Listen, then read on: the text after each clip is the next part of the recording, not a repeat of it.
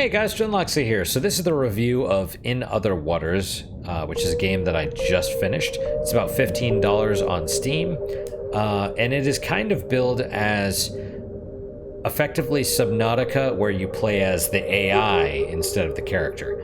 And if that sounds interesting, then that is a complete fabrication. It is a lie. Now, this game, let me see if I can show you it real fast. Ignore the fact that it's 6%. That shows about how much I cared about the game once I started experiencing the writing. Okay? This is a game that depends on the strength of its writing, because if you've seen any of the screenshots, and I'll show you here in a second, it is extremely minimalist. Extremely minimalist. That is actually, so this is the game. Literally, this is the game. This is basically about what you can expect for the entire game. I'm not even joking. I'm okay with this. This is actually one of the things that I like about it.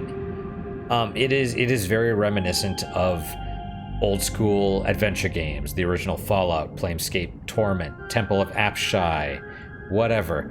You get a little bit of reading right here on this side, and a lot of flavor text, and that is it. You get a topographical map that your central hub moves over. Now, before we go anywhere else, the strength of this game lives or dies on its writing. The main character of the game, you do play as the AI, but the main character of the game is a biologist that believes that fungus needs sunlight to grow. In other words, photosynthesis, which only plants have because they have leaves. Green leaves. Photosynthesis. If that,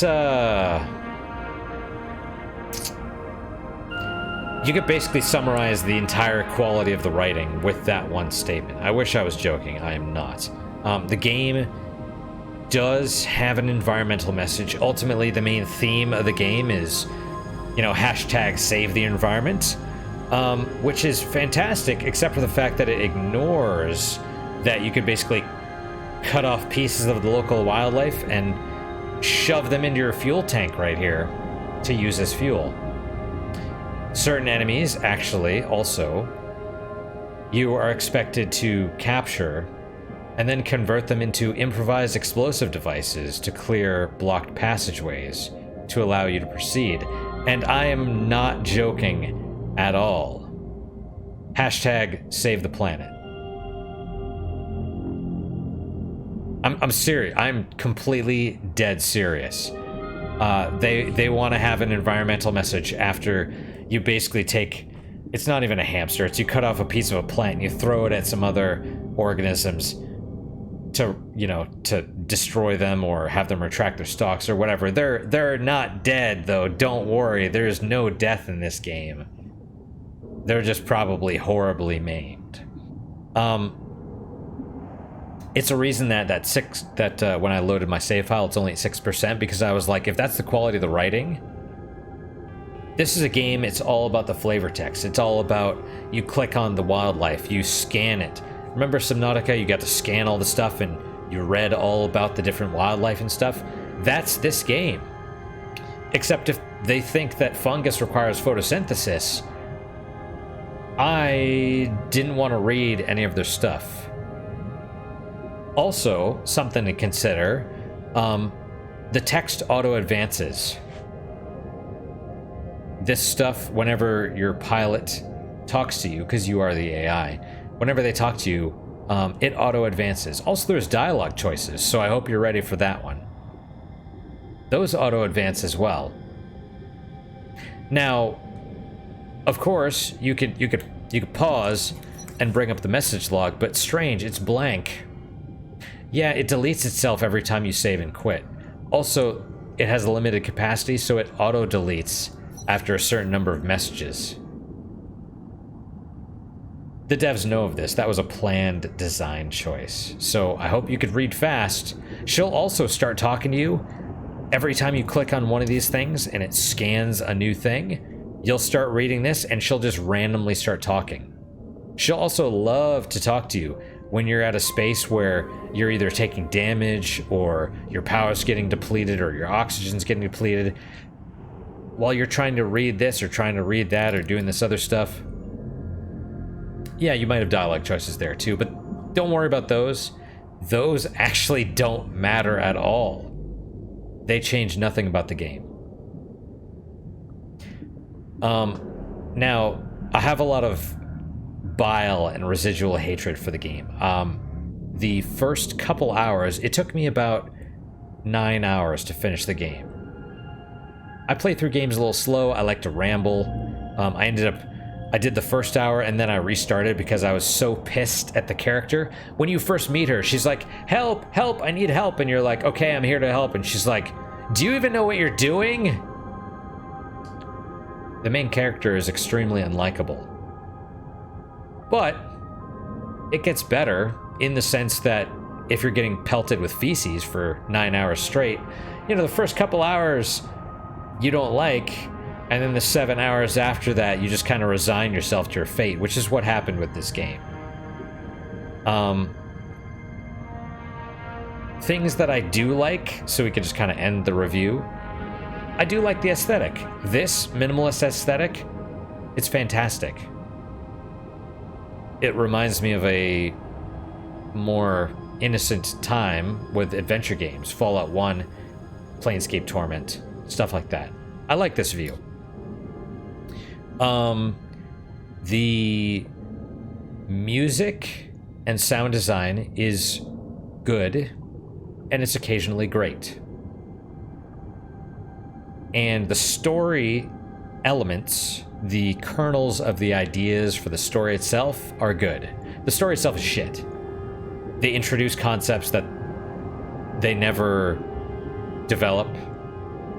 The story description promises that you're going to solve a mystery that you don't even really... It doesn't really get introduced until it's basically solved. And it promises a bond with the main character that I despise, to be fair. I think is incompetent at best. And she treats you as an afterthought throughout most of the game, and there is no bond. She has no character growth. There's no arc. I think they talk about the promise of grand concepts of AI and what is life, what is intelligence. There's probably something like 3 lines of dialogue devoted to even you being an AI at all. Mostly she's just talking to herself, which is why it matters not at all if you respond or not. I think the whole point of the auto advanced dialogue stuff is that you can ignore her and she can be pithy and be like, just forget it. Are you even there? Come on, wake up. The focus of a story with one main character is that the character needs to be likable, and she's just not. There are aspects that I like I said, but overall, I mean, you're welcome to watch me suffer through the playthrough of this game. I just recommend saving your money and watching it on YouTube. Or, seriously, you could probably just read a 1-paragraph summary of the story and be fine. There is an incredible amount of flavor text, but like I said, if they can't even understand that fungus doesn't need photosynthesis to grow, I'm not gonna read their fake pseudoscience BS. Maybe it's fantastic, but maybe a kindergartner that smears paint all over his face can write fantastic Star Trek fiction. I'm not gonna read it though. Anyway guys, that's it for today. I really hope you guys enjoyed watching this video. Like I said, you're welcome to watch me suffer. Because this is probably the worst game I have ever played. Worse than Tacoma.